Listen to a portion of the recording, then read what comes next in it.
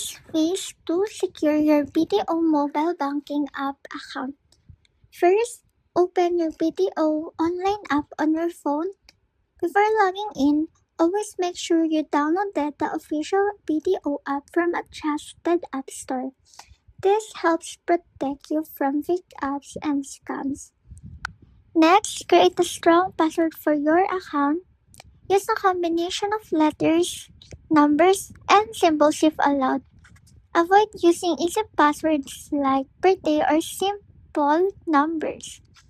After that, enable your phone security lock such as fingerprint, face ID, or PIN code.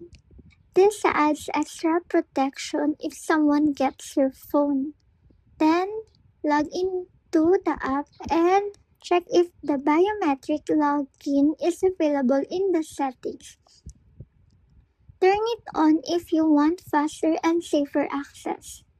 Another important step is to keep your mobile number updated because OTP or one-time passwords are sent there for verification.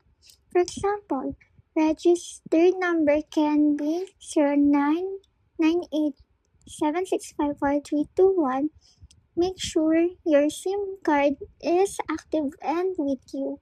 Also, never share your OTP, password, username, or account details with anyone.